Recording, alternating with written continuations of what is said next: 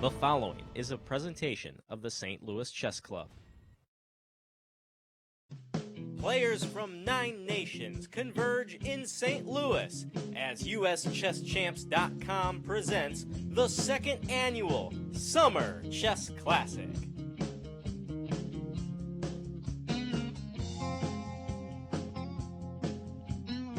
Hello and welcome back to day 2 of the Summer Chess Classic. As always, I'm joined by the wonderful Grandmaster Jesse Kraai, and we're here to talk about hopefully some more exciting games today. I know day 1 was certainly kind of a thriller for both of us. It was a day for upsets, actually, with David Howell upsetting the number 1 seed in the A group, Sam Shankland. Surya Ganguly actually upsetting Igor Kovalenko, who's the number 2 seed in the B group, and the young Brandon Jacobson actually taking on Christian Chirilla and winning his match. And those are the only 3 decisive games, actually. So those 3 players are now out in a clear lead. Right. And we can actually take a look at those standings and see where everybody sits right now. So, of course, David Howell, with that win over Sam Shankland, catapults to the front of the A group in clear first, followed by Gawain Jones, Leigh, Jeffrey Zhang, and Darius Sweerts, all with a draw in round 1. And unfortunately for Sam, he pressed very hard in that first game, and it kind of came back to haunt him. And so he rounds out the A group. And now over to the B group standings. We actually have Surya Ganguly in first place with his win over Igor Kovalenko. And following him are, of course, Sam Sevian, Daniel Friedman, Grigory Oparin, and Hovhannes Gabutsian. And in the C group, we have Brandon Jacobson, actually the lowest rated player of all the sections in this event, winning his round 1 game and getting into clear first, followed by Dmitry Gordievsky, Arturs Naiksons, Aram Hakobian, Alshan Muradiabadi, and of course Christian Chirilla. We can actually take a look at the tournament format, see what kind of time controls these players are squaring off in. It is actually there are 3 6-player double round robins, so of course everyone will play everyone else twice in each of the groups. The time control for this event is game in 90 minutes for the first 40 moves, with 30 minutes sudden death past move 40. They also have a 30-second increment in move 1, and there's also a 30-move draw rule in effect, so no draws before move 30 unless by repetition. Now we can take a look at the schedule, see what it looks like. It's not too complicated for this event. Basically, just 1 game a day with a rest day in the middle. And you can always find us here, of course, at 3:30, 2.5 hours after each round starts. And you can watch along on youtube.com/the St. Louis Chess Club. You can follow the games live on USChessChamps.com, and you can kind of interact with us in the YouTube chat through Twitter using the hashtag SummerChessClassic, and of course on the Chess24 chat on USChessChamps.com. And with that in mind, let's just jump right into the pairings for Group A. We have Jeffrey Zhang fighting against Leigh, Gawain Jones playing Sam Shankland, and our key matchup of the day, leader David Howell is taking on Darius Sweerts. And we can take a look at that game and see how it has progressed thus far. Yeah, let's take a look. I thought, so Howell played a beautiful game against Sam yesterday, and I thought he did a very clever thing in the opening. I was up there watching it, and like with Sam in the early going, he's clearly aware of these openings, but he's thinking about them. Like, he's choosing them as he's playing them. It's not like he's figured it out before, which is kind of an interesting thing to me. It's very creative. And what he did here was black played knight b6, and normally black, this is fine, but normally the white knight is already on c3 in these variations. So Howell decided, okay, you know what I'm going to do is I'm going to turn this into like dragon hedgehog. What I mean by dragon hedgehog is normally in the hedgehog, imagine with reversed colors, you'll have a structure with d3 and e3 and b3 and a3. But here we have the bishop on g2, which can be an advantage. However, you know, when you play e3, the d3 pawn will be a weakness. Now, it's going to be a roughly equal position, but a very much a fighting positional game. And so it went like this, kind of, I think, as Howell probably expected it to go. And here, e3, and I thought it's roughly equal, but I liked white's position a lot because the whole thing with the hedgehog, right, is those pawns beautifully control black's minors. Usually it's with reversed colors. And what it does is it forces black to do something. If he doesn't do something, slowly the pieces are going to converge, especially eventually a knight landing on a square like c5, knight e4 to c5. So now things become concrete. Queen f8, and maybe Howell should have thought about d4 here, but okay. Rook a1. Just ignoring the a pawn, I guess. Right. Rook d7, and then Howell goes for it now. He didn't need to, but he went for it with d4. And here the violence begins. Right? We had it's a funny thing about chess. You can play positional stuff, but now the position is going to get violent, and we're going to run into a totally different position now here. And let's just stop for a moment here and say a couple dogmatic things. The bishop on g2 is beautiful, right? It's working well with the pawns, and because white has more pawns around his king, he can make an argument that his king is going to be safer in the long term. Of course, black is making a claim about especially this pawn being very strong and this pawn being weak. And maybe just we're going to take the two bishops and have a joyful day. So here's the situation that we're going to run into the game where rook a b1, I'm sure Howell thought about what happened next, right? Which was, what are you going to do if black just does that? That's the most natural, right? Just take off the bishop and then use the dark squares. And this frightens me a lot. But let's consider now his move, queen c2, which is played in the game now. And think about what's going on. Clearly, he is going to lose the a pawn, and black can obviously take it in two different ways. And arguably, he's not even in any rush to take the thing. So the question is, what is white's intention? What's the point? Why kind of allow the c pawn to get kind of so dangerously far down the board, and with the a pawn falling? Let's think about it for a second. So imagine rook takes, right? Yeah. Let's call that the most natural move. And I think one thought here is to ask black if he wants to weaken, if and how he wants to weaken the position, and then maybe take on b7. I really wouldn't mind playing f5 here, I think. Okay, but bear in mind that will weaken the e5 square for my knight. And actually, when we go back a second, it's the knight that as white, I'm really upset about, more than losing the pawn. I'm upset that you've taken away the square from my knight. So my knight needs a job.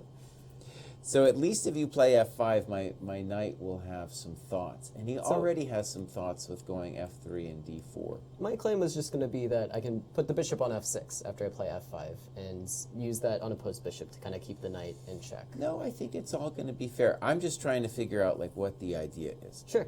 Right, rook a3, and besides bishop e4, I don't know what else. And this would prevent, I mean, it's very hard to calculate this kind of thing because there really are. f5 is plausible, g6 is plausible, h6 is plausible. And f5 doesn't really win a tempo because I think I have to take on b7 anyway. Yeah, I'm a little confused though, because even if there is some idea here, I don't see how white can actually ever be any better, right? It just looks like black has the bishops, and I don't think the c pawn is really going to prove to be a weakness. I think it's fair enough. I think that white can make a claim that he never claimed he was better anyway. Okay. He never said he was better. He just wanted a position that's interesting, and it is interesting where the idea is going to be black is obviously going to push the pawns and have the bishops, but now some kind of weakness has to happen with the black king, and we're going to head into time trouble with that weakness. See, there's a question, is the c pawn falling for black? But I don't think so, right? Let's look at that. So one thing here is on knight c4. I actually tried to make this work, but I couldn't, which was rook c7. And then let's say bishop d5. I didn't know what else to do. Yeah, trying to hold and let's say snip snip, and then rook c8. I didn't see a way to stop my knight from falling. That looks pretty dangerous, yeah. Yeah, But maybe in some variations, right, this could actually end up working. Maybe after the rook takes on a3. I'm but sure he looked on it, Yeah. at it, But I think now it's, after queen c2, it's not going to... Oh, you're saying after rook a3, maybe then knight c4. Maybe. Yeah, I wasn't sure here. This No, that's a thought. it looks pretty shaky, but No, I at least it's something that black has to think about here. Mm-hmm. So let's just say that in this position after queen c2 is a clever move which makes black worry about precisely that. Mm-hmm. Like, depending on how you take, maybe I can take on c4, and you have to worry about bishop e4. and this is the current position. Yeah. And I'll say this about Howell, what I like about his play is he seems to me a very cunning player, right? The way he sets up the openings, it's not about being objectively right, it's about messing with your opponent. And that's definitely how he chose his opening against Shanklin yesterday, and the trickiness with which he played that position. Yeah. How do you think you can kind of explain his choice to think so much in the opening? Is he just deciding how he feels on that day, deciding how he thinks his opponent feels, how he just wants to play? I would love at some point to get him down here and talk to him about that kind of thing. Yeah, absolutely. He feels, just looking at him and the moves he makes, it feels like he's approaching it like an artist. That's what it feels like to me when he's doing it. Definitely some inspired play today and as well as yesterday from David Howe. Well, let's let Darius think on his choices here and take a look actually at the B group, see what we have going on there with the pairings. So Daniel Friedman was playing Ivor Kovalenko, but they actually had a rather quick draw today. Sam Sevian is paired against Grigori Oparin. And our key matchup of the day is Gabuzian against our B group leader, Surya Ganguly. So we can take a look at what's going on the board. Witness Interesting stuff. Yeah, witness this position that they have there. Oh my God. Ganguly, to me, looks to have the much better of it. And maybe we'll go back and talk about what happened. So let's start at the opening. It's a lot to take in at once. Yeah, maybe we should find the path there. So we start off with this Nimzo. And in general, bishop g5 is wrong. In general. Obviously, Gabuzian has some ideas. The reason it's wrong is that if I kick you with h6, what do you want to do? And part of it is honestly a dogmatic thing of bishops before knights, because you're not sure where that bishop wants to go with the bishop on the dark square bishop. Right. I think the idea, though, at least the way it played out in this game, was to make a weird claim that by getting you to play h6, Black didn't even have to play h6, but by getting you to do that, I've now gotten a lever to later strike out with g4, g5. So the point is just to... He's kind of telegraphing that he wants to attack on the king's side then by making Black touch his king's side. When let me just say, as Black, I think this is beautiful as Black. I think this is way too dangerous. So Black does the normal Nimzo thing here, and he goes and scoops the pawn and grabs the e4 square. Knight e2. Knight c4. And this feels complicated, but when you think about it, it's just like... piling on the pinned piece, right? It's just kind of basic principles in action. Yeah, and notice now, Black just got this unopposed bishop. Right. And that's going to be a feature of the game to come. Castles, bishop e7, he keeps it. Knight d4. Now, a very simple and beautiful plan here. a6, g4, b5. And it's a simple thing, well, the calculation is very complicated, but the ideas here are very simple in that whoever, in general, gets the initiative on the opposite side's castling is going to win. So Black is fine with sacking a pawn on the queen side. Let's look at how it goes. Rook g1, b4, snip, snip. And White has, in order to prevent bishop c3, which maybe he should just give the guy. Maybe he should give it to him. Anyways, he plays knight b3, queen e5, and knight a2. So the knights, this position is going to evolve, obviously, but the knights, first of all, it just doesn't look right.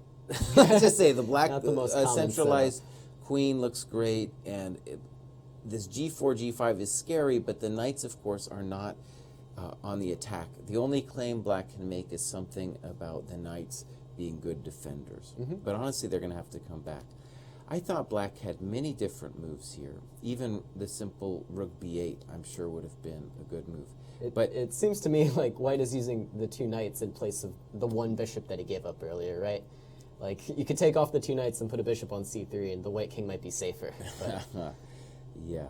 So this, I feel like there's some really interesting classical play that Ganguly's going to do here that it takes a lot of courage to do, because what he's going to do is he's going to take a moment, a timeout, to just secure his king side. And it's scary because normally it's like, you know, the formula is crush on the queen side and don't even mess with your weak side. But watch what he does. h4 and knight e8. And so he's going to make a claim that there's going to be no entrance on the king's side. Knight d4, bishop b7, g5, h5, bishop d3, g6. So notice, the last several moves, black has made no attempt to do anything on the queen side, but rather he's making this long-term claim that if he can solidify on the king side, that the game will be strategically won, because eventually I'm going to come to the queen side.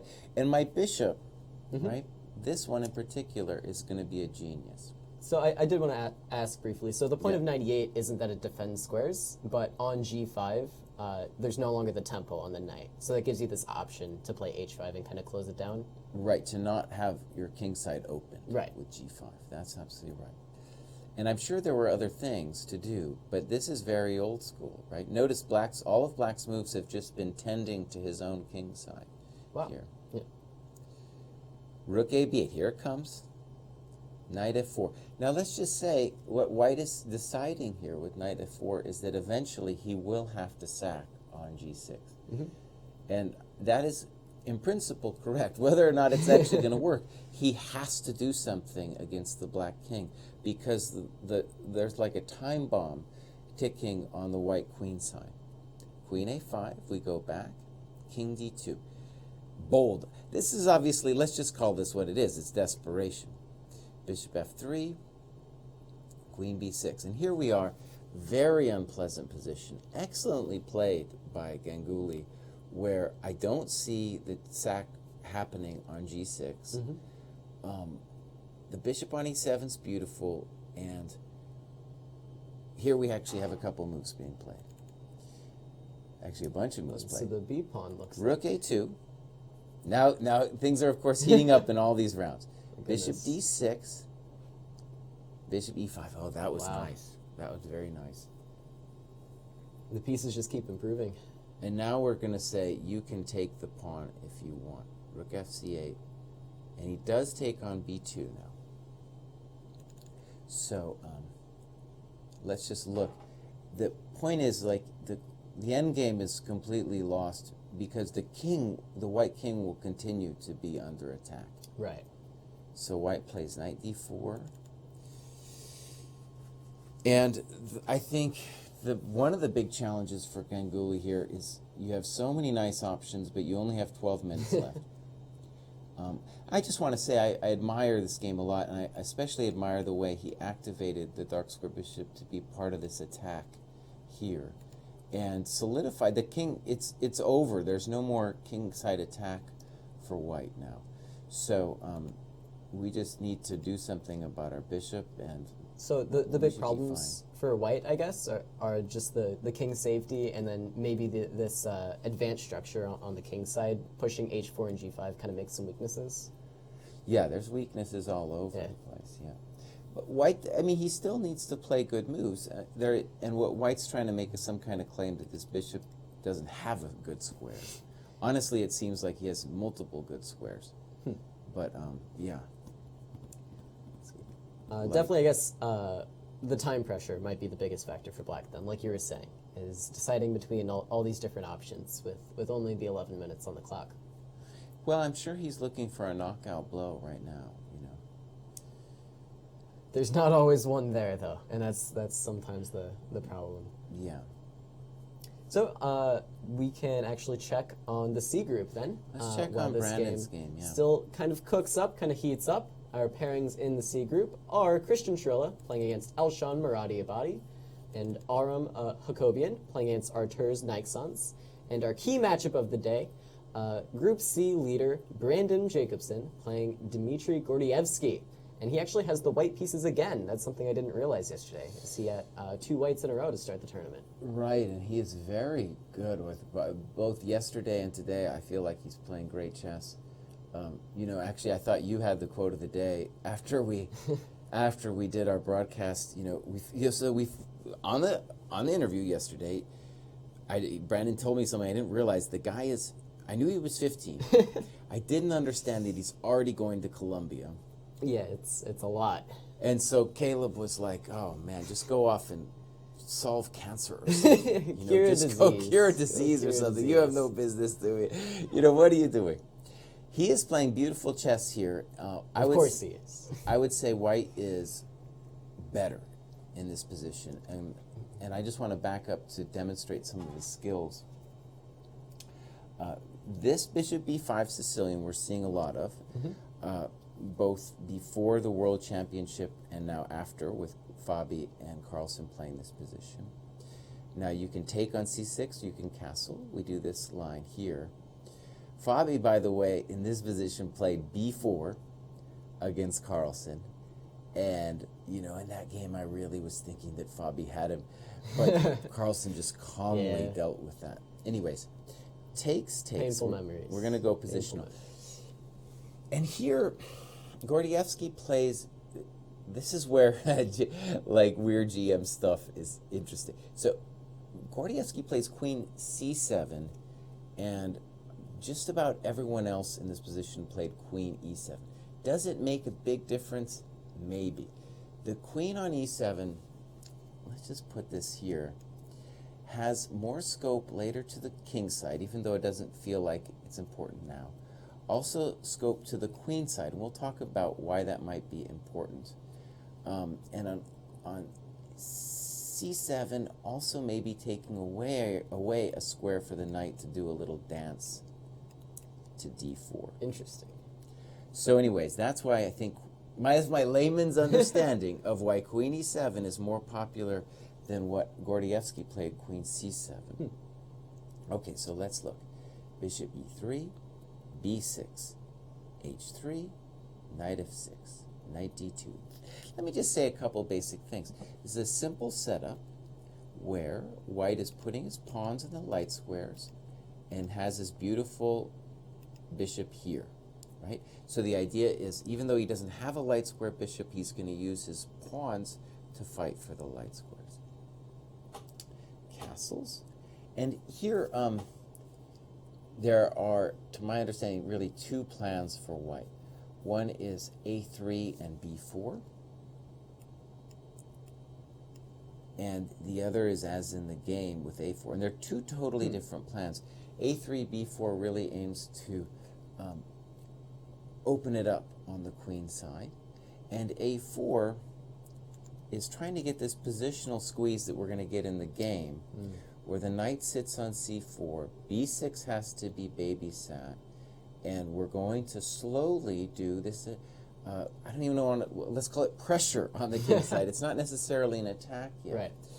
And I feel like Brandon really played this next phase well. Watch what he does. Maybe this is one upside to queen c7, though, as you do have b6 defended for the moment, at least. But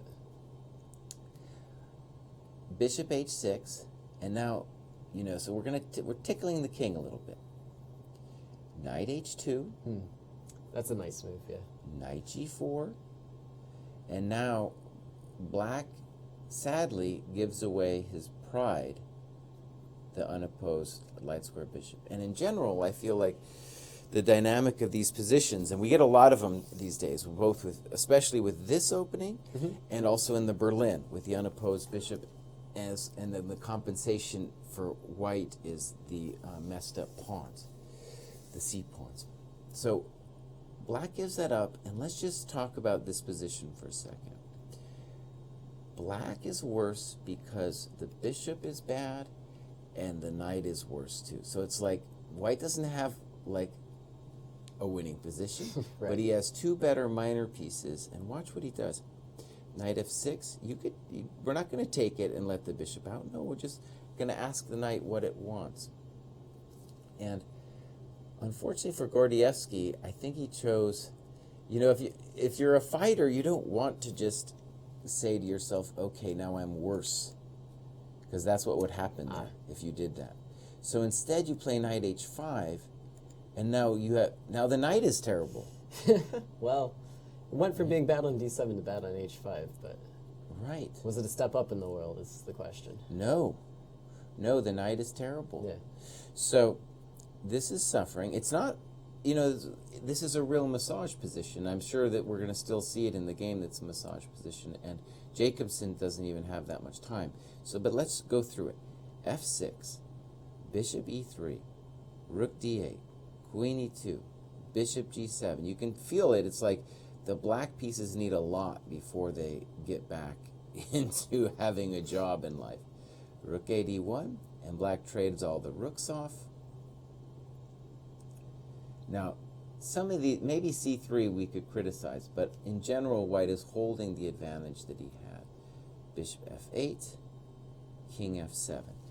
And I'm sure one reason Jacobson has spent so much time here is that he is trying to find some kind of way through before black manages to do things like knight g7 and back. Even notice, even if he gets the knight d6, it's still not great. The knight could also maybe dream about knight e8 and d6. In general, the knight needs to fix himself, right? The knight needs to fix himself. So as white, do you look for pawn breaks here? Do you look for stuff like an eventual f4 or like an h4, h5? Or do you try to focus on piece play still? Well, we're looking for massaging the guy. Okay. And unfortunately with queen f3, it doesn't feel right because the queen was doing something on d1. And you're not really threatening anything, unless I'm missing something here. You're not threatening anything yet. You are preventing the knight from coming back, but you're not threatening anything. So I still like Brandon's position. He's in some nice time trouble, though. 5 minutes is not a lot for 13 moves. And more than anything else, I'm getting the feeling, that he's, even though he knows he's better, he's uncomfortable with knowing exactly what to do here. And we've all been there. Yeah, there's that We've all been nervous there. feeling where it's like, have things started going a different way than I wanted? But They're still positive, but Yeah. he needs to find a plan, and he doesn't really have it yet. kind of like the clock is ticking, right? clock is Black has definitely found a way to kind of regroup. And so if Brandon's not careful, I think just this knight g7, knight e6, like you were talking about, and he's kind of back in the game. Well, while that game continues, I did want to mention we have a couple new results.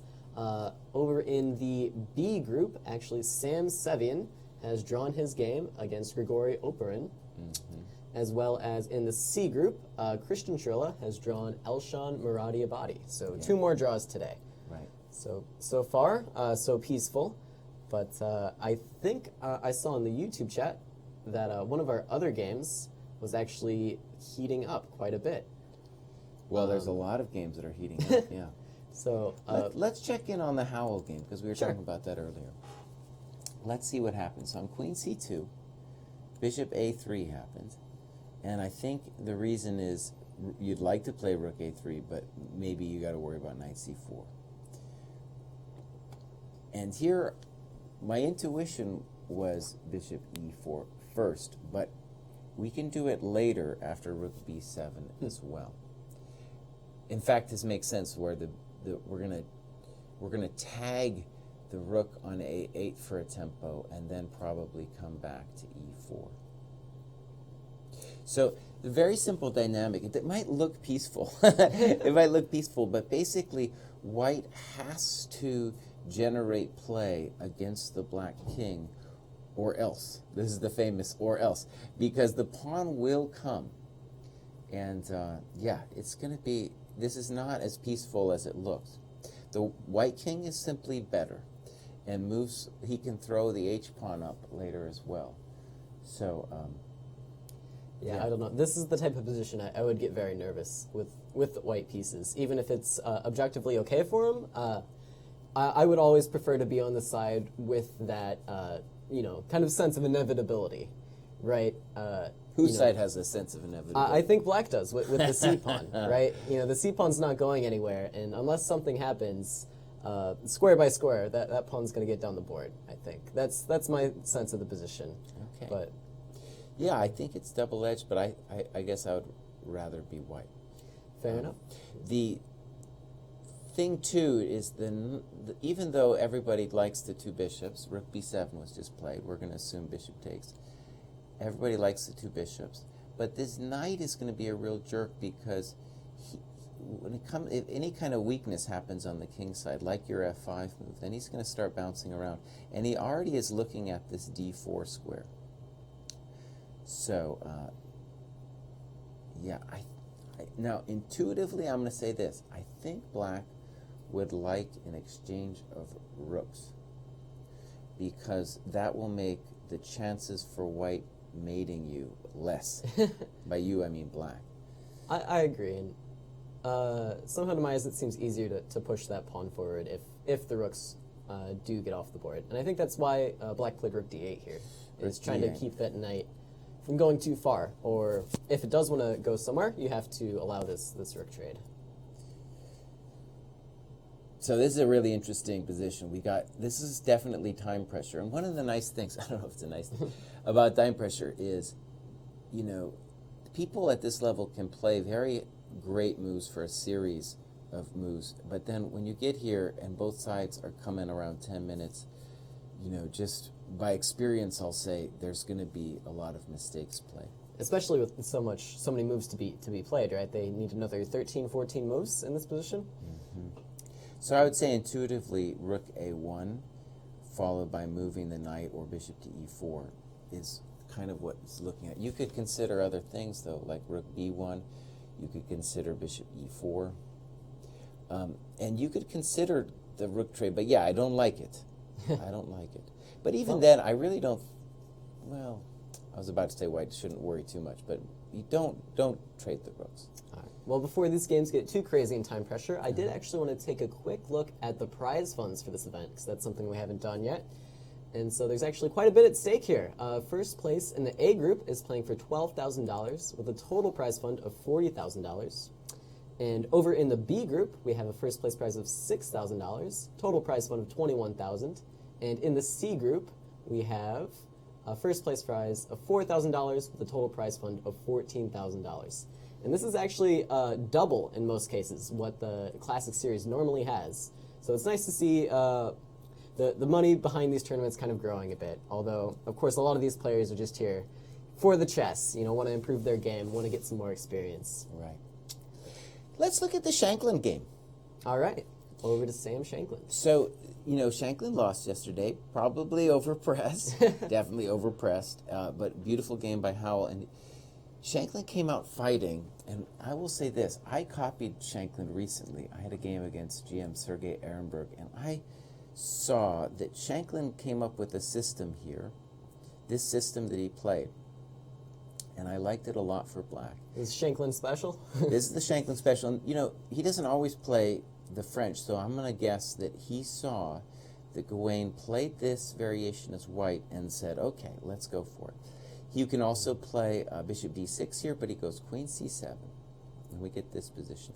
This was all played fairly quickly, and so Sam definitely had the advantage of who was better prepared. Now they're thinking, in this position they were thinking, I was up there watching, and this is just a nice French position, because the pressure of the c pawn combined with the pressure on the e pawn is going to make it hard for white to achieve his dreams of mating you on the king side. And of course you have to worry about various f5s, and if you take on g6, we're probably going to take back with the f pawn.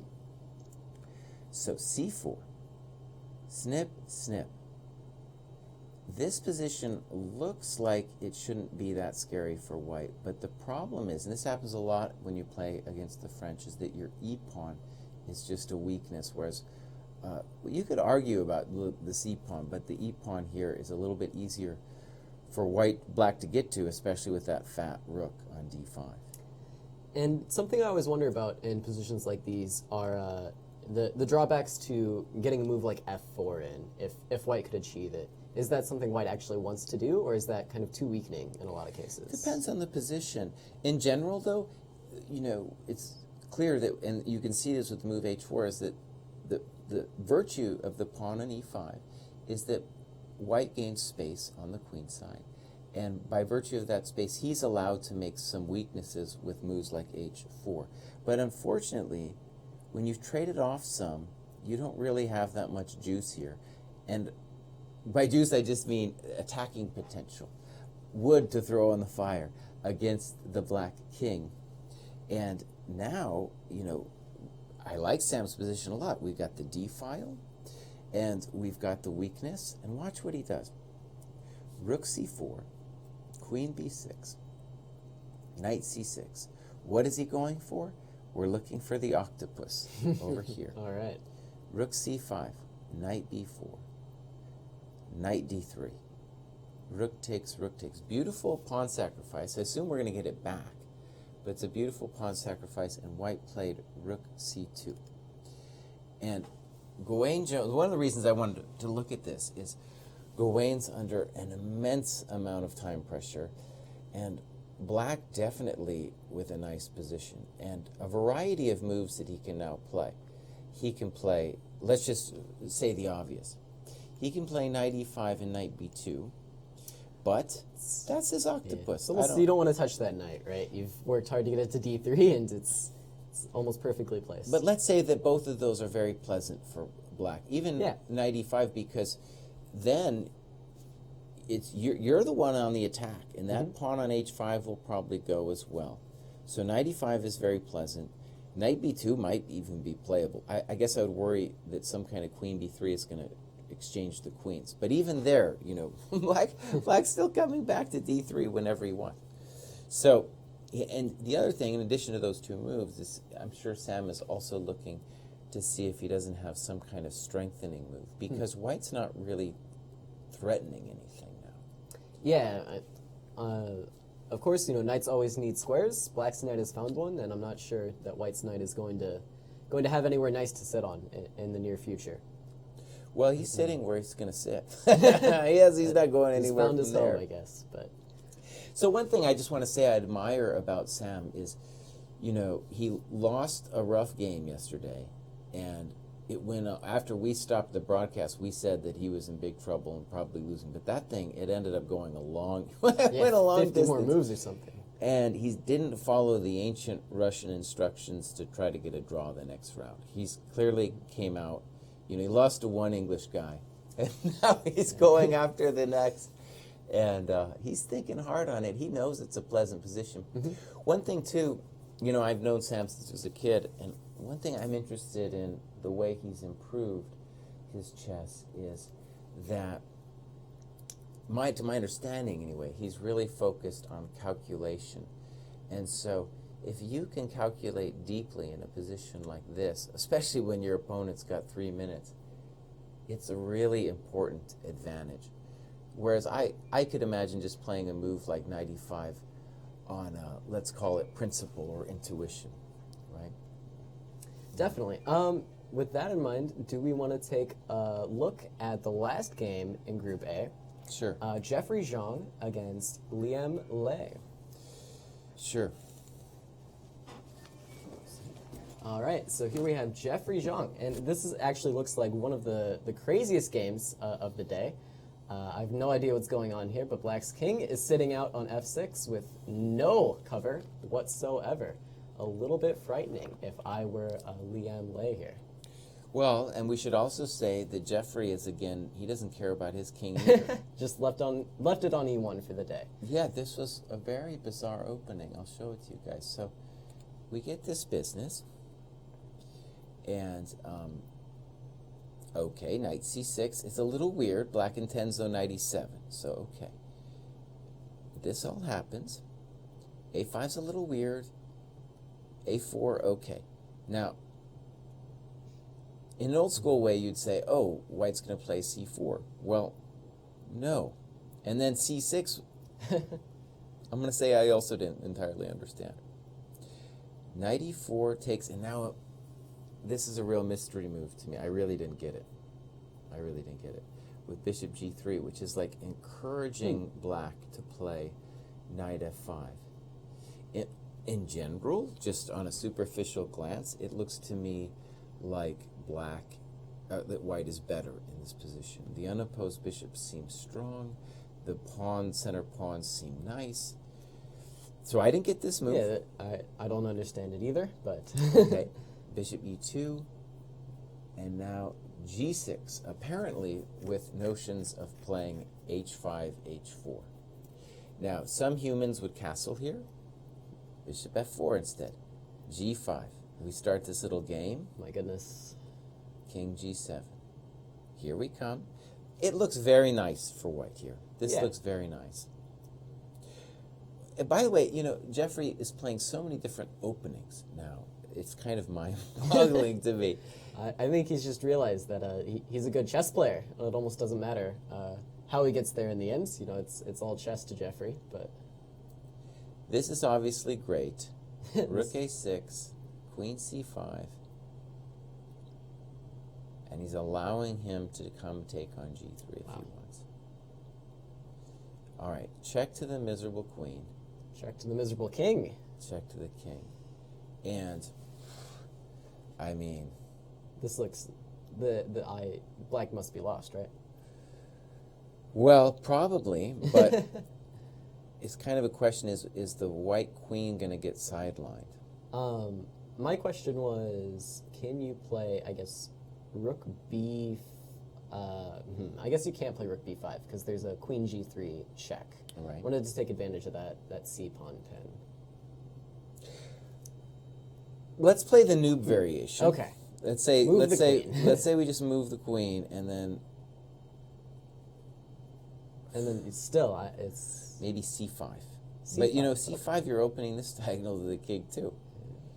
Not so easy. So he's clearly looking for something better than queen b4, but let's just say that on queen b4 it looks like white should be better. If not, we're just winning. No, I'm trying to find our king is going to be snug on d2. Yeah. This guy can come cruise over here. This guy's already doing a job. It looks like it's all falling. It looked really bad. So there was some moves in there that maybe we'll get even a chance to talk to him. Where I didn't. They were beyond me. Yeah, bishop g3 is a lot. It's a lot to take in. Yeah, so it's really this is the kind of thing, by the way, that I just want to say on a personal note that the whole commentating gig, it's like this is what to me it's the most interesting is I get a chance to be like, hey, Jeffrey, buddy, what was that going on there? Explain that move to me. And you know, also if you guys have questions that you want to ask the people, especially if we know they're coming in, absolutely, then go ahead and ask. Yeah, we've got Nye on the YouTube chat pulled up here. Queen b4 was played, and now I love this, watching this. I love the multi-dimensionality of being able to watch them sweat. Especially as we get closer to the dreaded time control. Well, yeah, I mean, he's in time pressure. Both of them are in time pressure. But this, you know, very unpleasant situation, and I don't know what I don't know would if do. I've ever seen so much space around a black king.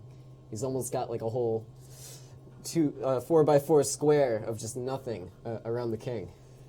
And his light square bishop doesn't help him that much for defending his situation. Definitely not.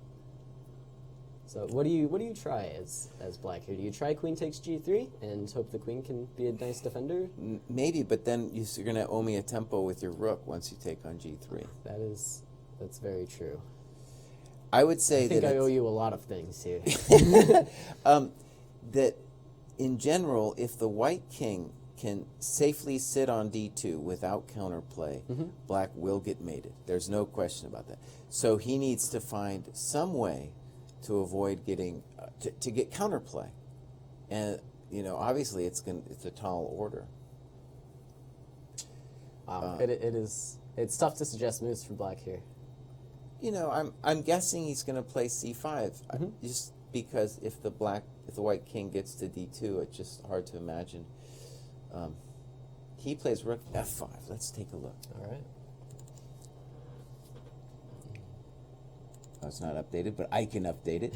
Rook f5. And, okay. So we can, that's probably a better version than what I was talking about, because now on king d2, then I can play c5. And also I can play queen g3 without getting smacked with the queen a5 tempo. Doesn't look like this rook can stay on f5, though. What if I were to play g4 here? I think white has a lot of defenders. Well, yeah. G4 is definitely a possibility. I'd like to keep suggesting moves for the white player. You can take the black side on this one. I'm assuming his intention is something like queen g3, rook f2. Yeah, but it doesn't look good. You're preaching to the choir. But there it goes, g4. And yeah, this game looks like it's... I mean, black needs some miracle business here. I guess, besides queen g3, I honestly... I don't see much else for him. Yeah. It's kind of... the other brutal things about this g4 move is white just brought another attacking force into the fray there. Yeah, the pawn is no joke. Let's see if we can somehow survive for black. So, queen g3, King d2. king d2. Now, this doesn't look right, but I'm going to do it. I'm going to throw in c5. Oh, it's just so miserable. Okay, I did it though. c5. I just have... Do I just have queen b6 and then I can take the rook eventually? Well, actually... Queen d8, yeah, f rook e6. no good. Okay. You see, I just want to get... if I don't get c5 in, though, I have to... Maybe I'm... the dream is I'm doing this. There's more... If you just wanted to be simple about things, though, you could just do that. Yeah, that was my game plan at least. But okay, let's just try it out though, because maybe it's not that easy. Snip, snip, and we're gonna put it somewhere. Let's put it on that square. That's it. Queen g3, king d2 on the board. So probably just queen c5 here, right? And then rook f2. So we at least predicted that. Many things. White, yeah, white can... I think white is a nice choice here. I'm guessing there might be something violent here. Because, okay, I guess one question is, how big of a threat is rook e2? So... And we just see rook f1, actually. Jeffrey's playing very simply, very quickly. I think that's calmly, yeah. That's probably a good plan with the time situation on the clock. You know you should be winning, and you know it's definitely going to be winning if you play it simply. So why allow for things like rook e2 when you can just not calculate and play good chess moves? Yeah. Oh, here's an idea. Nope, that's a bad idea. I've decided. I thought for a second I might get away with bishop takes g4, but there is still just rook takes on f2 and rook f1. Right. So that looks grim. I think some version of king g7, king g6, either before or after taking on f1. How over is it? Probably totally over, but white still needs to find, something. King g7 was played, so it's going to be similar. Rook f1. Let's update it. And Jeffrey to play. Now, actually, that move struck me as odd, because can't he now bring the lady in with rook f2, queen f2, queen d6? It doesn't look nice. I thought that was kind of like the whole idea, is that you had to keep the queen there to keep the lady out. Maybe he plays queen f7 there? We're about to see it. So, yeah, we have queen f2 on the board. Maybe queen f7 for black. I don't know what else to try besides just huddling around my king. Yeah, and let's just say the problem is that the king is exposed and the white king is totally snug. So everything is going to lose. Like queen f7, if you wanted to be calm about life, you could play G5, for example. Right? There's no rush. That's tough. And, yeah, beautiful king position. So, I did want to mention, it looks like the game in Group B, the last game remaining, with the Group B leader, Ganguly, has actually simplified quite a bit into let's take a look. maybe a winning endgame. So, let's look at where we left off. We had rook takes a6, queen b2, knight d4, knight f5. Oh, that is a very nice move. Look at that move. Knight f5. Yeah, just Saying the that bishop on f3 is untouchable because of bishop takes c3. Maybe Wow. let's show that. So, if knight f5, then bishop c3. Ouch. And also, similarly, if knight f3, bishop c3. Ouch. Okay. So that was a very nice tactic. And bishop f5 is a real concession. And now he says, okay, this looks to me like two bishops and weaknesses. And a pawn. And pawns. You've got the material, you've got the better pieces, you've got the better structure. And I think I'm you're not winning sure another what pawn. What else is left? Well, maybe you can't take on d4, can you? Depends where the knight goes, I guess. But honestly, I think the pawn will eventually fall. For example, I don't know, knight c5? I don't know. Which one appeals to you most? I guess I'll go to c5. Then something maybe like f4 could be played first. I don't like that. I don't like that at all for white. Can I play king c3 and just Yeah. really try to take your d7 pawn? Get something for my trouble. So, let's think about it. Yeah, this is terrible. Like d6?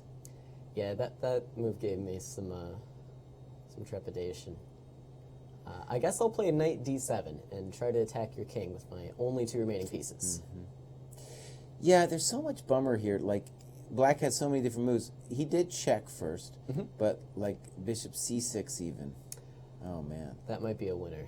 Yeah. I mean, I think there's more than one winner. Well, let's look at what happened. We'll at least take it to the time control. Rook b4, it was rook c8, and then knight c5.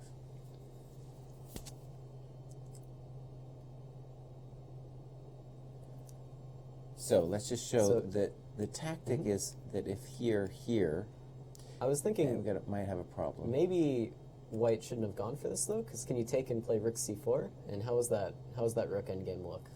There's knight e6. It's knight e6 check. Oh no. All right. Oh, it's a worthy thought. They are going to think a little bit because they just reach. Oh, wait a second. Yeah, no, black has one more move. Let's wait till he gets his move. Yeah. He's got 1 minute left for 40. And wants to do it right. So the drama is, the white's hope is that on d6, the knight will squirrel its way into like knight d7. So he says, you know what, I'm just going to play bishop c6 and stop any business. And Surely you expect a win for black here though. There's just d4 is weak, f2 is weak, h4 is weak. I can almost imagine just black playing rook b1 and then rook h1 and then rook takes h4 and then kind of just saying what can you do about it, right? No, you're right. It should be lost. There's more weaknesses for white too. His only hope is to get some kind of counterplay with the knight into f6 or somewhere. Yeah. Maybe, or f4. The knight could dream about going to f4. Maybe that's the dream that he should pursue. It seems like it might be a bit slow. Well, There's this problem of the d4 pawn. what do you want him to do? Well, so let's so say you have to play king c3 or e3, I guess, and I just want to play rook b1. Yeah. I don't know. I was just trying to help him out. Yeah, it's maybe I was beyond just trying help. to help Might him be out. beyond it. And I want to say that was a beautiful, this whole thing from Ganguly, really beautiful play, and maybe we'll get him. We might be able to talk to him Mm-hmm. a little later too about his. Yeah, I felt from the beginning very nice play. A pretty nice game from Ganguly. Let's look at Brandon's game. Yeah, I think he's actually below a minute now with 5 moves to play. So I wonder about dangerous these stuff kids for too him. because they might not need any time. yeah, They're so fast. you know, he thinks just for just to make sure, but he has the ideas immediately. So, all right, Bishop D6. This is where we left off. H4, Bishop F8. So black is saying, I'm just going to hang done. out. I've done all I need to do. Oh, white can do a similar trick. Mhm. I think that's wise for black. Get the king to the other side. I don't know how I feel about that. I don't know. Don't know how I feel about that. Maybe he thinks G4 isn't the square, not the square for him. Okay, I don't know where he's. What is the idea? I don't know. I would think. Wait, what is the knight doing? It's going D2. Is it going to D3 maybe? Does he want to play something like B4? Honestly, if you were in this position, wouldn't you say to yourself, "Oh, I think the knight on G4 would be a good square"? But that's where he just was. Possibly. I don't know, maybe this knight on D3 is an idea. Okay, it did happen, this knight on D3. Oh. So let's, this is a position. I feel like, yeah, he's lost most of his advantage here, unfortunately. Mhm. Why? Because he gave the black pieces enough time to find themselves. You need time to find yourself sometimes. Went on their journey of self-discovery, and they came back better for it. That's right. Okay, let's take a look. We're kind of, by the way, if we can get Ganguly in here after he wins, maybe it won't even happen that fast. But if you can get, I would love Yeah, to they might- see him. They might take some time. And let's look but, at Sam's game because he did take on E5. So this was our moment. And this is, oh, yeah, poor Gawain is really down in time. Snip, snip, snip. G4 is a sad move to make.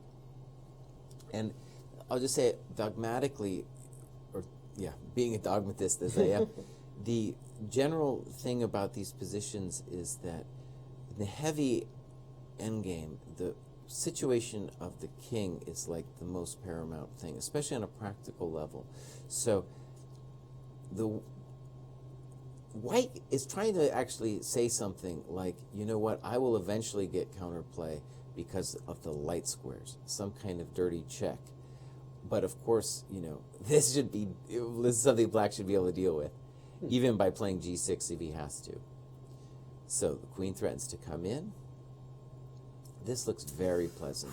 Yeah, moving. King Yeah. G2. There's no safety. There will never be safety again for the white king. No, but black has to play some good moves. Yeah. I'm sure he's thinking about something like F5, and he's also going to try to, not blitz Gawain in the time pressure, but put some really nasty curveball onto a move right now where he won't be able to respond. Yeah, especially before that extra 30 minutes comes in. It could be that's definitely when you want to pose the biggest questions. I think, F5 is the real natural way to just try to hit the guy. Mhm. But I'm sure there's other things too. Well, there might be maybe some doubt in Sam's mind after the events of yesterday, of playing something like F5 kind of so quickly in a No. crucial moment. He No? doesn't have any doubts. He might Nice. be thinking about it, but he never. I studied with that kid when he was a kid. He never feared anything. That was That's part of his fair. problem. Okay, let's take a look Fair. at Howell's game. All right. It's looking better for black now, I think. The C pawn, inevitability. The inevitability. I'm scared of Okay. it. I'm Knight scared. F3. He did Trade of the trade bishops. the bishop, which his king should feel reasonable about.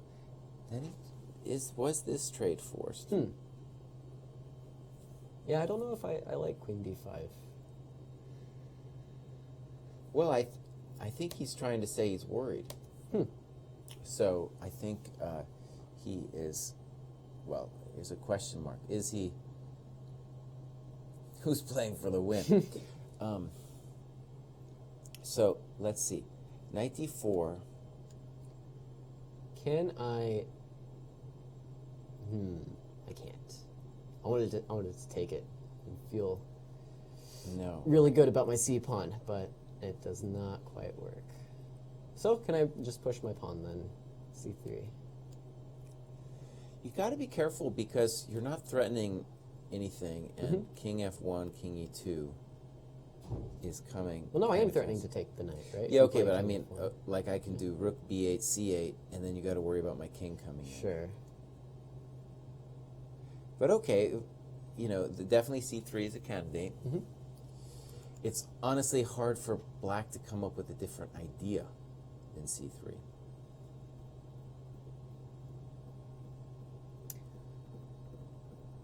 Like, I kind of agree. There's bishop c5. Just touch the knight, see what it wants. and on bishop c5, you might want to worry about rook b5. Yeah, I guess there's some awkwardness here for black. Let's try your c3 move. Okay. And obviously, It's if I get a actually tempo or two, Just been played. it's just been played. Nice. So I think objectively this should be a draw, but this is such a tense situation that both players can make mistakes and definitely blunder. So, for example, if you say check to the miserable king, and then you come here, and then you do this, you need an answer to bishop c5. Well, I shouldn't say necessarily you need an answer, because really black is just threatening to bail out with bishop d4. Right. Like if Maybe that's how this game ends. that might be how it ends. But white is gonna, well, he's not gonna be thinking about it too long. What did he? Rook b8. Rook was b8 played, was yeah. played, yeah. We're gonna assume king f7. That happened. And now, rook. He said check to the miserable king here. Maybe that's how this game will end. The thing about check to the miserable king there is there might be some kind of, I doubt it, but there might be some way to do a knight e6 trick. So the black king definitely wants to think about what's happening. Maybe, that is a little tricky, I guess. You don't want to play bishop e7 because of rook c7. And you don't really want to play king g6 or king g8 because of knight e6, I guess. Maybe I'll just show a variation that just roughly what one fear for black could be is that in this position, if I'm black, I'm worried that my pawn is going to get eaten. It's still a long way to go, but that's one of the concerns I would have if I was black. All right, so check to the miserable king happened. He went to g6. We're in blitz mode for a second here. Rook c7 was played. So no knight e6 then. I wonder what... Well, no, knight e6, the pawn is running. Oh, that's a good... Yeah, that's no, a good we point. can't do it. Yeah. So I think bishop c5 is our main move. Now, was it helpful that we checked the king away. We didn't want the king to come up later. So that made sense. And the nice thing for white is on bishop c5, we at least have a draw because black's not threatening. He's threatening just to equalize. I still think rook c5 is dangerous because snip, snip, knight c2, and if king f5, I have f3. Ah, so that's how you keep the king out. Right. Although I guess that's one of those ones you really have to calculate it all out. It is F3 it is, and then G5 and then they're trying to figure it out now, and it's tough still, with 40 seconds. But I guess this is. But yeah, bishop c5 is the right human move to play, especially in time pressure. And white needs, if white wants to win, he needs some kind of genius move here. On king f1, I'm assuming we'll just liquidate to a draw. Does he have anything, any genius level play? Oh, let's see. He's 1 minute to he's figure it out. considering. We got the zoom. Both players looking a little testy. But I like the zoom stuff. The board looks like there's a yellow tint, but I want to assure people there's not actually a yellow tint on the board. It's your standard chessboard. I don't really see what white can do about this. I would expect just something like King F1 and kind of just accepting the draw. But if you're gonna do something, now is the time. I like that he's thinking all the way down on it. He's just like, do I have any fancy trick here? Starting to hear the Jaws theme in the backgrounds. It's like, make a move before it's too late. Oh man, here it comes. Hey, Yeah, buddy, move. He sees move. it. Oh my Move. God. Yeah, there it goes. Cool, calm, collected. Cool 2 and seconds calm, on the yeah. clock. King F1. I should put And that on that's the board. that's essentially a draw offer, I think. After Bishop D4, the game's pretty well over. And there's definitely no way for Black to continue on. Do you think? Okay, so we're going to call that a draw. Yeah. Let's look at the Sam game. Some stuff definitely happened. I'm not sure Sam is too happy about it. We're going to see here. So, This is looking. now where did we leave this here? Rook G5. This all happened. This looked great. And I wanted F5, and instead Sam said, you know what I'll do? Well, actually, this is fun. Oh, and actually, breaking news: we have Jeffrey, who I believe just defeated Leigh. So maybe He's we can gonna come on in? Yeah, we can get him down in the studio, talk about his game. That's It was beautiful, yeah. quite the attacking game. A few strange moves like Bishop G3 that are maybe above our heads. Uh-huh. But hopefully we can get his thoughts on that pretty soon. And while he's coming, I'll just say with the Shanklin game, Yeah. Gawain made time control, and the problem for Shanklin is, do you have anything here? Because if I win the F7 pawn, it's really hard to avoid perpetual checks with G6 and E8. Still about the king's safety, even with just the queens. Right, and let's just say this has been White's intention all along by keeping that pawn on H5. It's really a drawing idea at this point.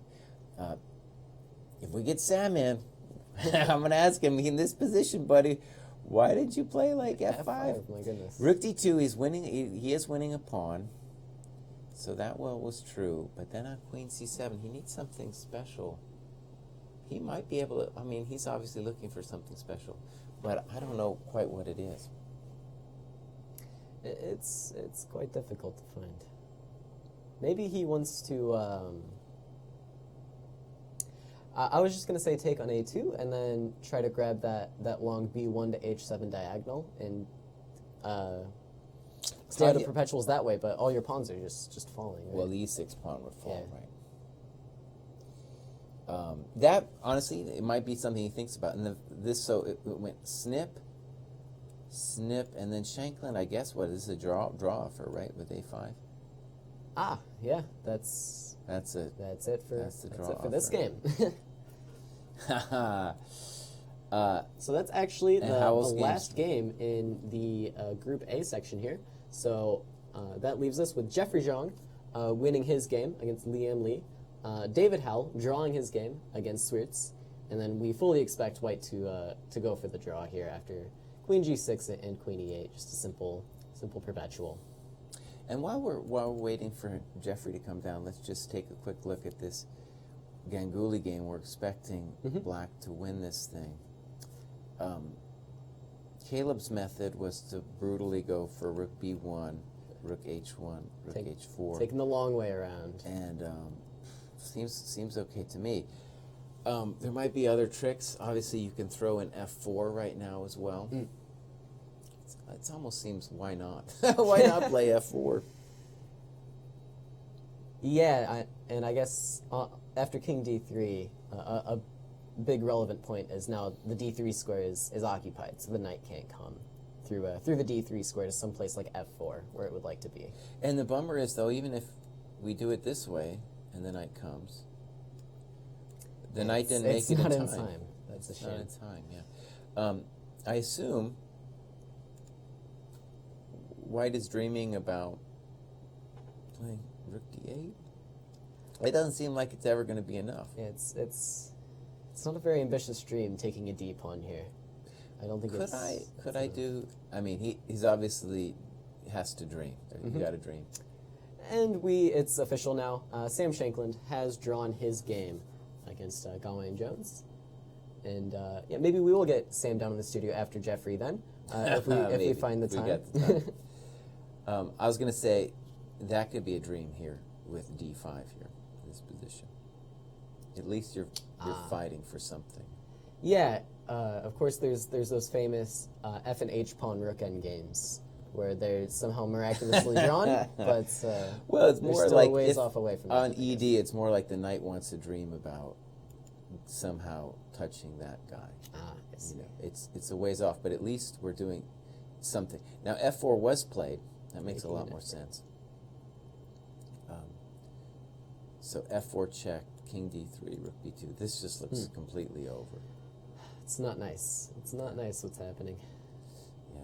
So let's just summarize what we think is going to happen. Ganguly's going to go up 2-0. Yeah, Ganguly's going to go up 2-0. incredibly. And Howell drew his game, so that'll be he'll be +1 and Jeffrey will be +1.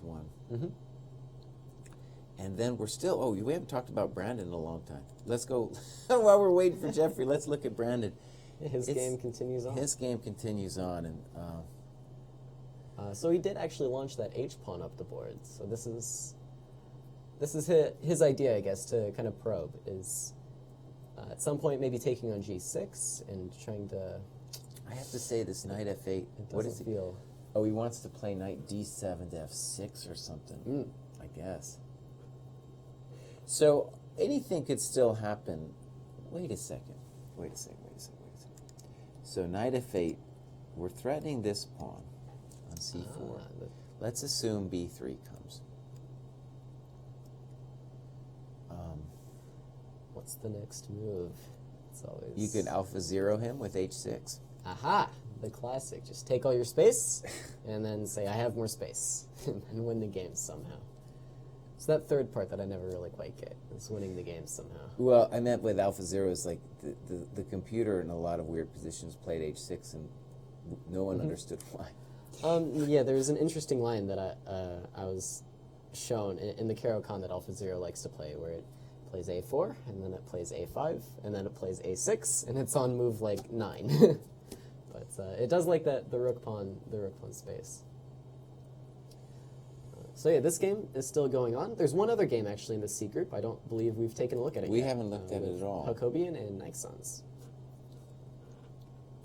The last tournament I covered here in St. Louis, Jacobian 1 was the B section. And this position, I think we have to say, he's definitely got a pleasant little endgame nudge. Let's call it an endgame nudge with the more active pieces. And a nice knight on D5, and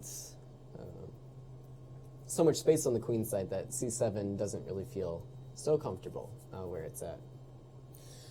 Right, and Black's just going to make a claim that the G4 knight will save him.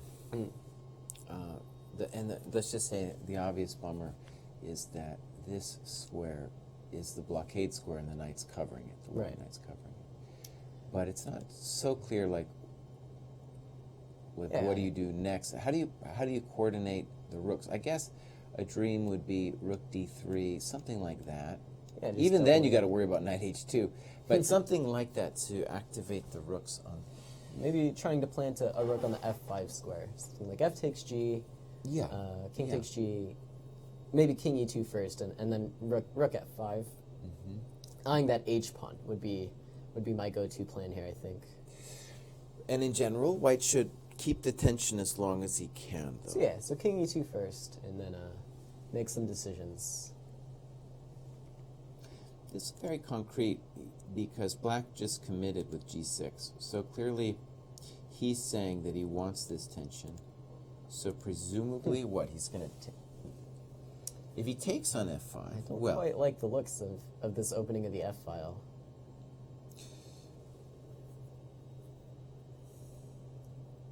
I would play King E2 here, I guess. Right, let's say King E2.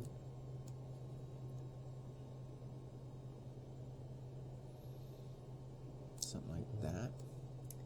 Knight H6, maybe, yeah. Well, I'll let you continue taking a look at this. I believe Jeffrey is Okay. ready to come in. Cool. So I will go ahead and bow out here for a moment while we get Jeffrey Zhang in the studio. All right, I'm going to pull up this game. Pull up the game. This was a game I really, I maybe didn't spend as much time as I wanted to on this game. But it was pretty interesting. All right. I'm going to drink some of your water, too, by the way. So, chess fans, I didn't understand this game. I didn't get it at all.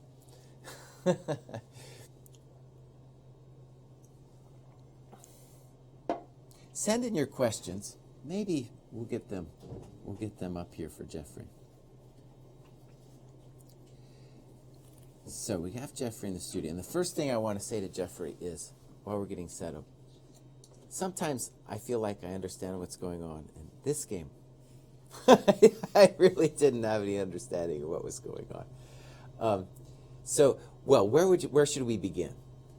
I guess we can just go from the start. Okay, yeah. It's fine. We'll just breeze through.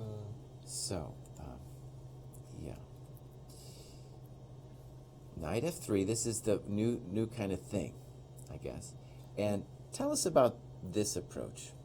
Yeah, bishop f4. It's not the most popular approach, but it's definitely been played at a high level. And the idea is kind of you put some pressure on this c7 pawn instead of maybe more normal bishop g5 lines. And yeah, just kind of a different way to play than usual. Okay. Yeah, so I think knight c6 was a little bit... It's a little weird, right? Yeah, it was a little weird for me. Generally, because sometimes white plays queen a4 check. That's also a line to provoke knight c6. To provoke it, right? Yeah, exactly. I thought the same thing. I was like, what's going on? But he wants to play knight e7. No, I think he said his idea was knight e4, but maybe he mixed the move order because there's a very serious line that goes knight e4.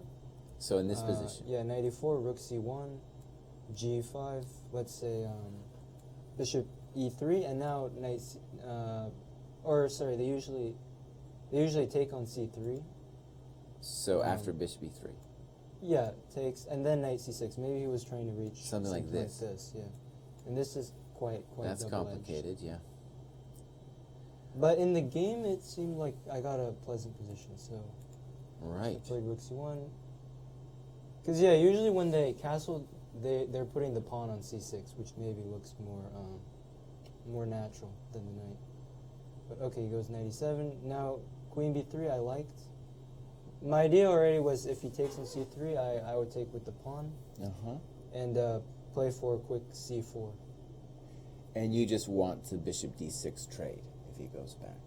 Bishop d6 here I think is not possible because I can take a knight b5. Oh, you can't even do it, right? What a bummer. What a bummer, you can't even do it. He could think about it on the next move, actually. a5, a3, he could think about bishop d6. The point is, if I take and knight b5, he has queen b6, taking clever. advantage of the hanging queen. But after bishop d6, I think bishop g5 is good for me. But even I guess there's a rook takes c7 at the end of that. Too. Yeah, but rook 7, knight c6, so the rook might... The rook be might trapped. perish. Yeah.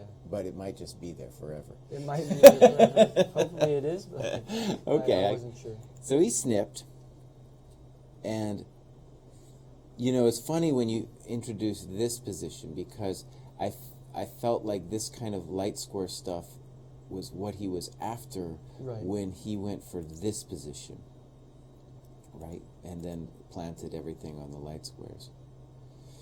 Now, here's where we're going to ask you some questions. So I feel like most humans would have played moves like bishop e2 or c4. Yeah, well, first c4 I thought was risky because c4, c5 I thought was maybe his idea. Oh, all right. I wasn't 100% about it. Maybe I can get away, but it seemed unnecessary to allow these complications. So he wants queen a5 check. I see.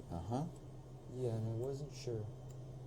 Okay, so knight d2 is we're just going to get rid of this guy first. Yeah, exactly. I wanted to get rid of. I thought about bishop d3. That was the move that I was strongly considering. And the problem with bishop d3 is I think there's this move b6, a very annoying move. And he just wants bishop a6 next. So I felt maybe I'm not really getting rid of this knight after all. Because if I take it now, there could be some risks on the diagonal. Sure. Okay. Again, playing on the black, trying to play on the light square. Yes. Okay. So okay, here's where I really didn't get it. So what is c6 about? Not 100%. Well, I mean, he wants to make it so that this pawn will not be hanging in some lines. But I will say I expected something concrete. Maybe knight g6 instead, something concrete. Right.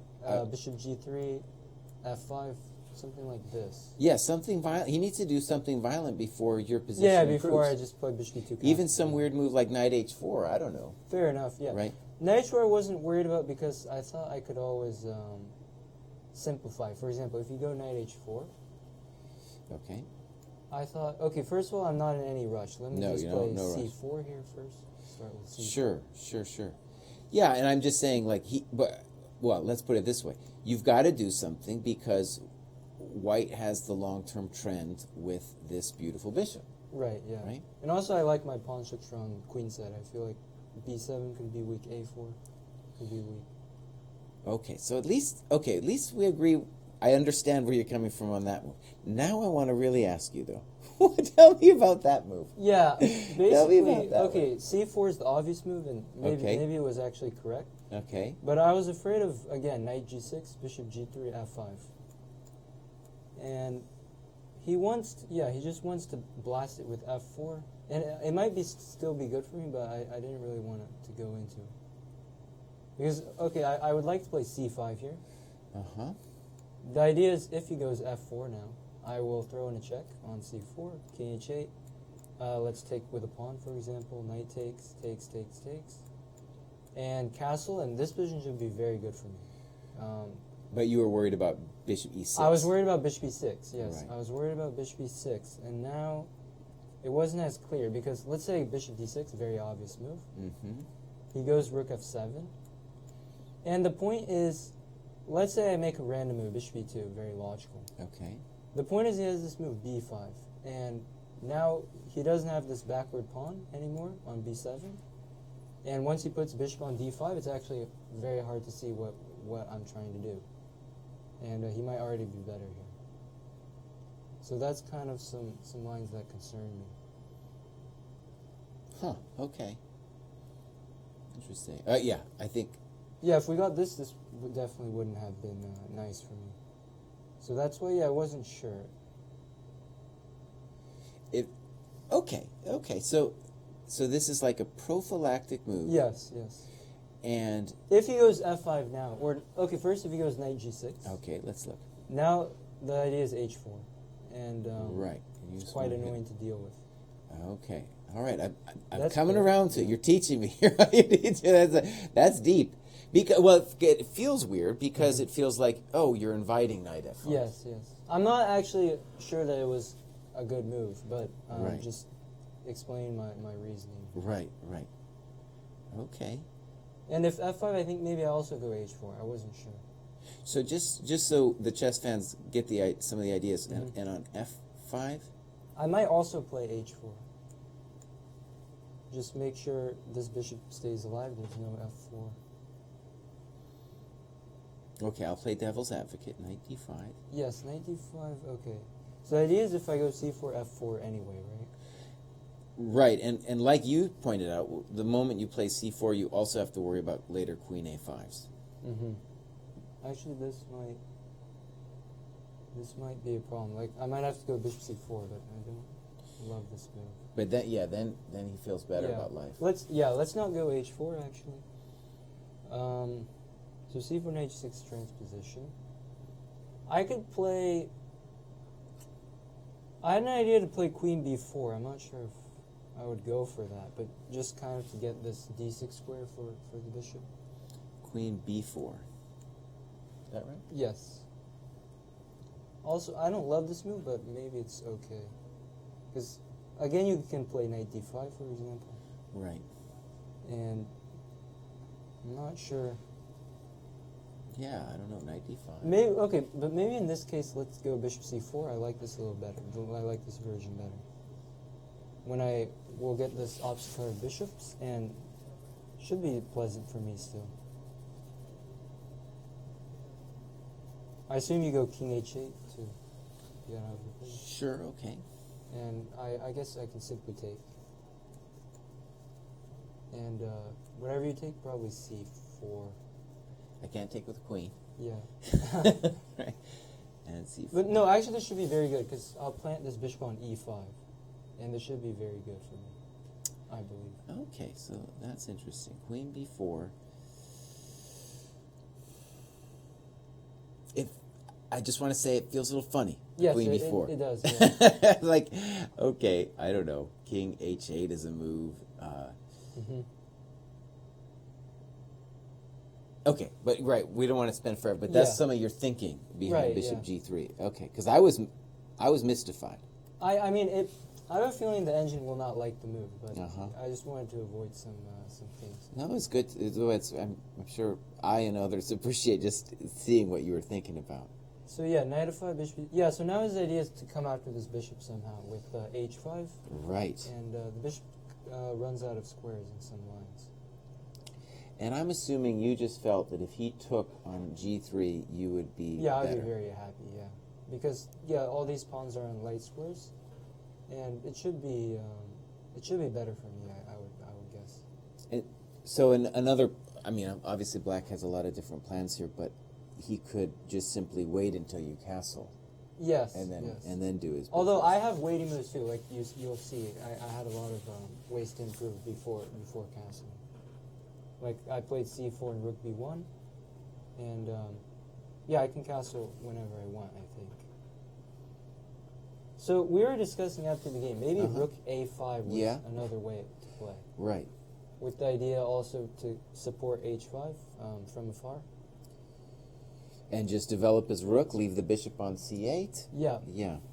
Okay, let's. But I go mean, back. rook a5, we weren't sure after c4 how he should proceed.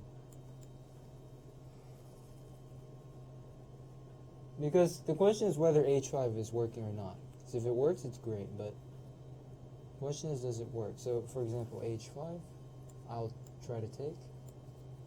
And he's got discovery tactics, but I don't know. He's if got a lot of discovery. Yeah, a lot of discovery tactics. So you're gonna. Oh yeah, this is scary. Let me just do one. Let me pick one. Yeah, sure. Okay, so now I have a choice. I can be very greedy and take on f7, but I'm not sure I like that. Mhm. Let's say I just take on e3 simply. You take and I castle. I think this position should still be pleasant for me. Although compared to the game, this is definitely better. For example, maybe a natural move would be like b5 to try to fight for light squares. Maybe. Sure. Yeah. Okay, I guess I have an advantage, but I'm not sure how It's big. definitely hard to evaluate after b5. You know. Yeah, I think b5 here is definitely mandatory though. Otherwise, I could play c5 and you would have this backward pawn for the rest of the game. I mean, you know, I'm sure there's all kinds of things you could think about. You don't even have to castle right away. You mean maybe I could start with... You could do your if it was important to you, you Yeah. could do it now. But see, if I'm worried about rook f5, Sure. then I can't castle. So Yeah, you play rook f1, castle by hand, and possible, yeah.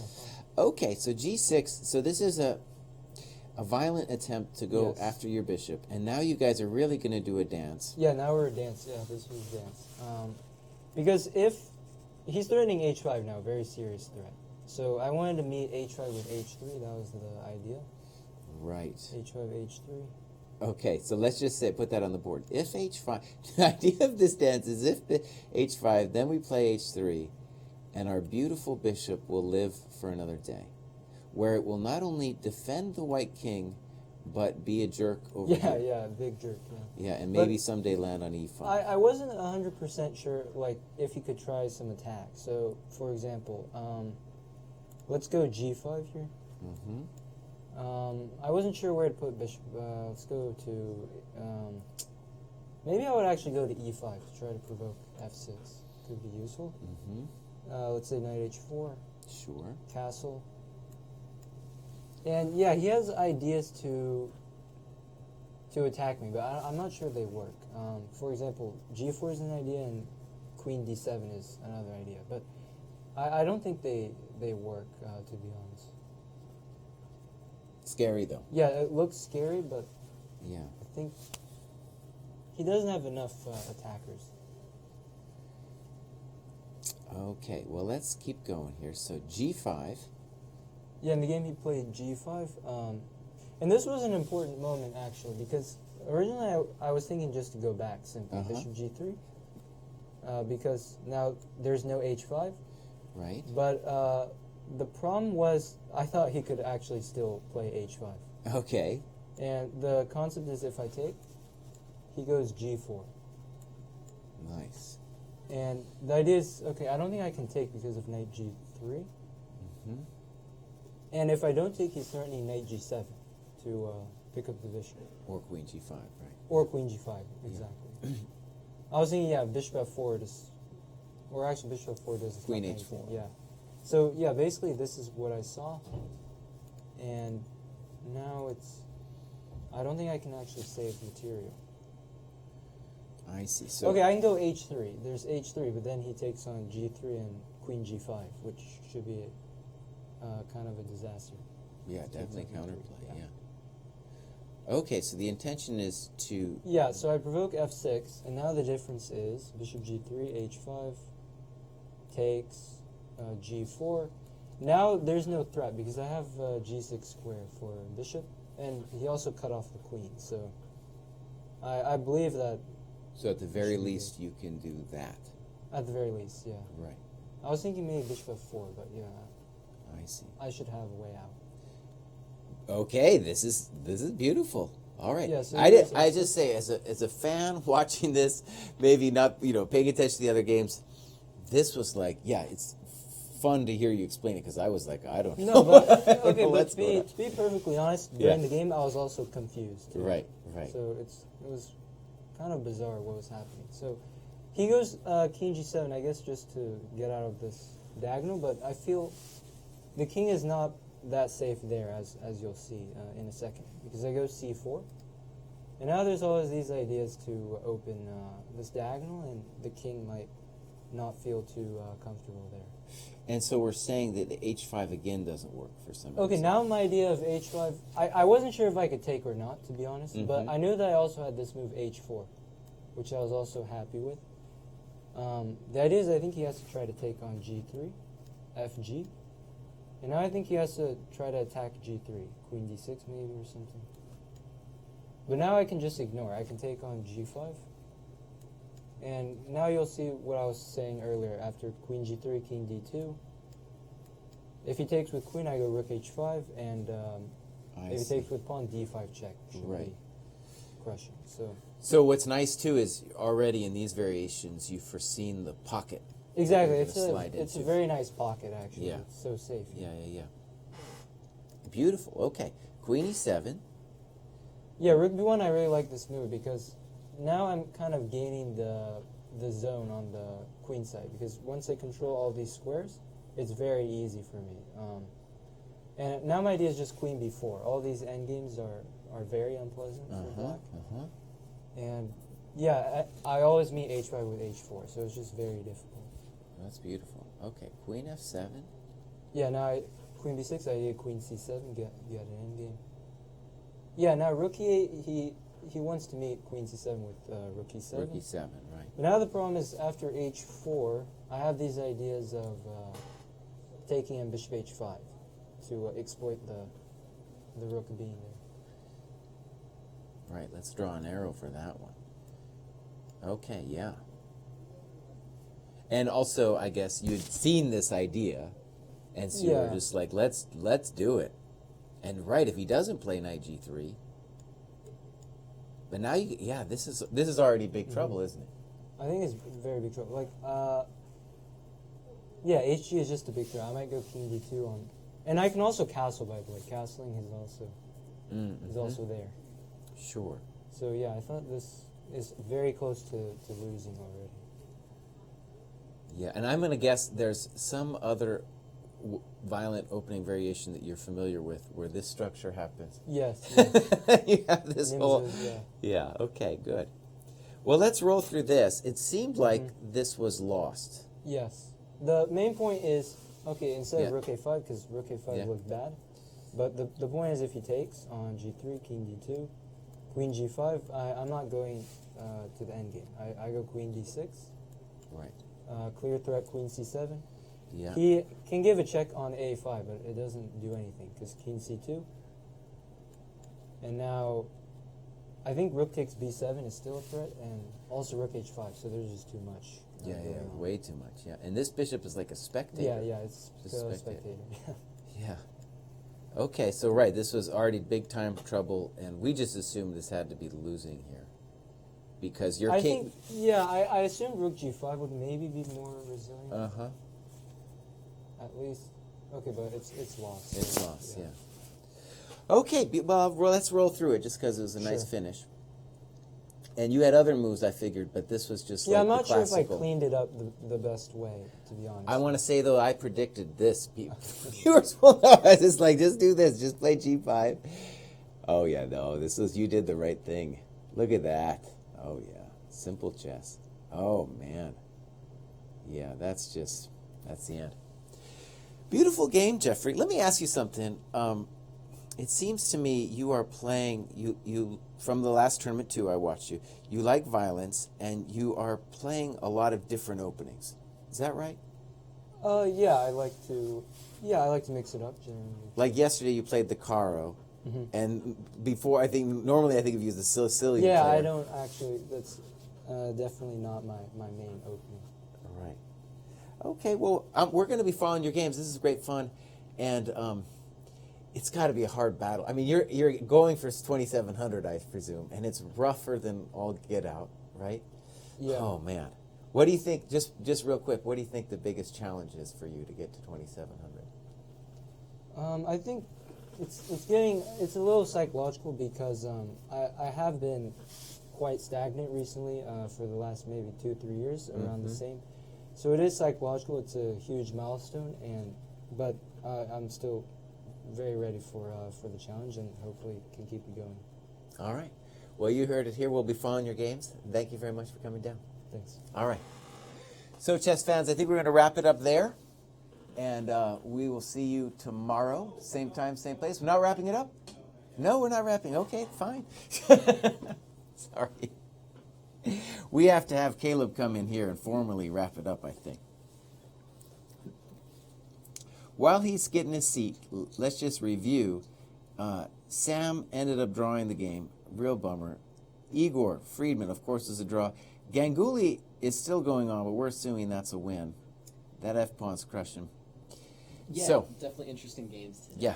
So, excellent interview from Jeffrey. A lot of interesting thoughts there. And why don't we actually take a quick look at all of our standings after the action today? Sure. So in Group A, we actually had a draw from David Howell, who was the leader going into today's round, and a win from Jeffrey Zhang. So that puts them in a tie for first. And all the games have actually been decided in Group A, with Gawain Jones holding another draw, Darius Sweets with another draw, and rounding out the section, Liam Leigh and Sam Shankland at half a point. And in Group B, the action isn't quite done yet. We definitely expect Ganguly to wrap up his game with actually another win. He has, I think, just a pretty easily winning endgame, and so that would actually put him a full point ahead of the rest of the section, which is an awesome start for him. Tied for second would be Sam Sevian, Daniel Friedman, and Grigory Oparin. And rounding out the group is Gabuzian and Kovalenko. And in Group C, we have Brandon Jacobson with another draw. So I guess, assuming more peaceful results, that actually keeps him in the lead, a half point ahead. Elshan drew his game. Gordievsky also drew his game. And this last game between Nixons and Hakobian actually has some chess left to be played. So I think at the moment, probably expecting any even result there, another draw. But anything could really still happen in that one. Here we see the tournament hall a little bit cleared out, just 2 more games left in action. And I do want to talk about actually some exciting upcoming broadcasts that we have before we sign out for the day here. Actually coming up right after the Summer Chess Classic is another leg in the Grand Chess Tour. The regulars will all be there in Croatia coming up just June 26th through July 8th, and we will be doing, I believe, some coverage over that. And following Croatia, we actually have another highly exciting tournament, the Junior Championship, as well as the Junior Girls Championship, and for the first time ever, the U.S. Senior Championship is going to be held in St. Louis. Very exciting stuff. Definitely a full summer of chess for us here at the Chess Club. With that in mind, thank you all for joining us here today once again. I had a blast. Some more exciting chess games, some more exciting results. Yeah. And be sure to join us again tomorrow at 3:30 for round 3 of the Summer Chess Classic. All right, bye, everybody.